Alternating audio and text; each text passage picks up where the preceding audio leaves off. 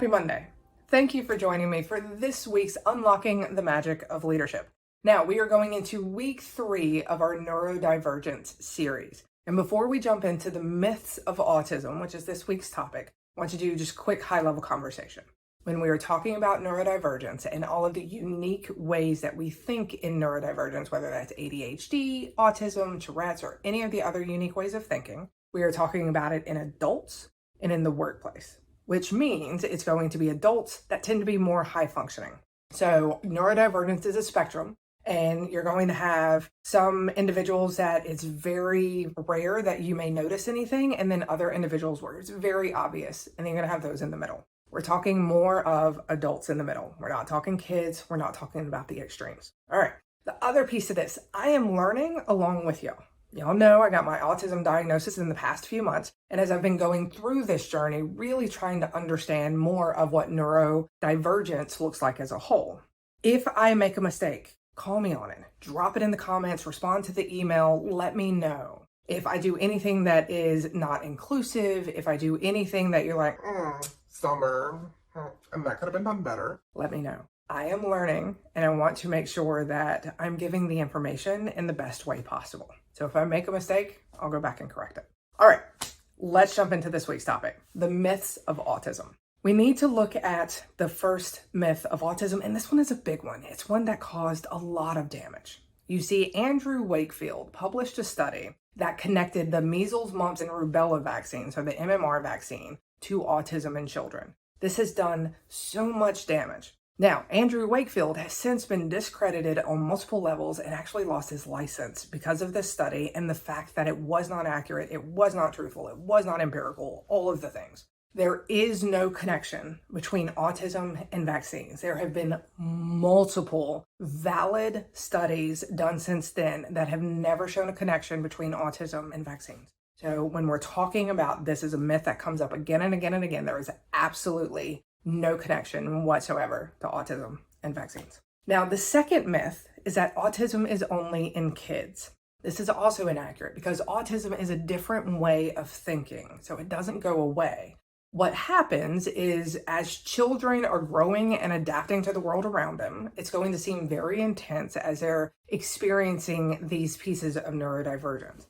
Now, as they grow up, they will learn tools and resources to be able to do what's called masking their neurodivergence to better fit in the world around them.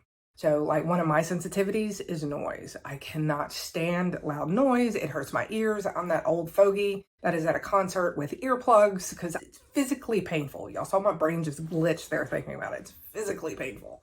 As a child, this would cause tears and challenges and meltdowns. As an adult, I've learned to work around it. If I'm in a situation where the noises are bothering me, I can remove myself from the situation. I can put in my headphones. I can listen to music. There's a lot of things that I can do to mask this so it's not obvious to others. Autism is lifelong. It's not a disease. It is a different way that the brain processes the world around it. Now, the third myth is that autistic people are antisocial. Autistic people are social. We value relationships, but our social may show up different than your social. So what that means is we may struggle with social cues. So you may do this and start pulling back because we're coming on really strong. We may not be picking up on that. We may struggle with small talk. If I'm talking about leadership, y'all, I can talk about it all day, every day. We're doing small talk and talking about sports and things like that. I'm going to struggle to stay in the conversation. Other areas, individuals may be shy, individuals may come across as awkward. But this isn't just neurodivergence, this is neurotypical individuals as well. So when we think about autistic, our social may show up differently than your social, but we do value those relationships. We value having close-knit individuals in our lives, just like neurotypicals do.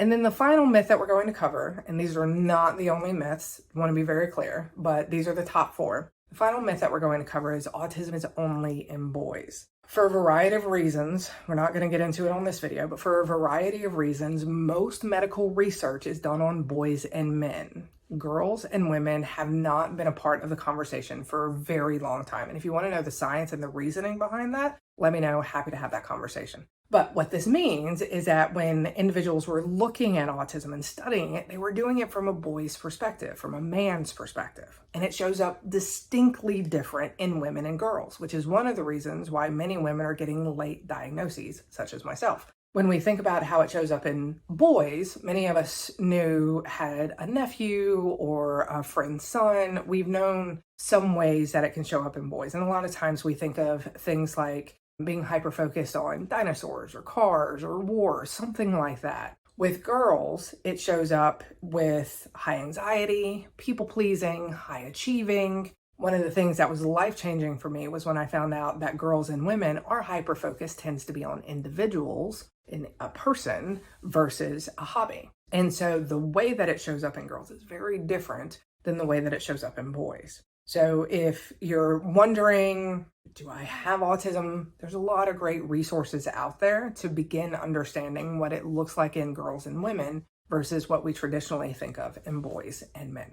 All right, so these are the top 4 myths. They are definitely not all of them, but they are the top 4. And the first one, autism is caused by vaccines. That is a myth. That is not true. It is not caused by vaccines. Autism is only in kids. Also not true. Autism is a different way of thinking, which means that as you grow up, you will still have it. You will just adapt and mask differently so it doesn't show up in adults the same way it shows up in children. Autistic people are antisocial. That is the third myth, and it is a myth. Autistic people value relationships just like neurotypical individuals do. And finally, the fourth myth, only boys are autistic. We now know that is not true. It is boys and girls, men and women.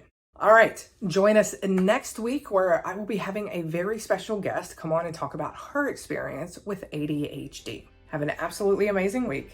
And don't forget, as always, you got this. I'll see you next week.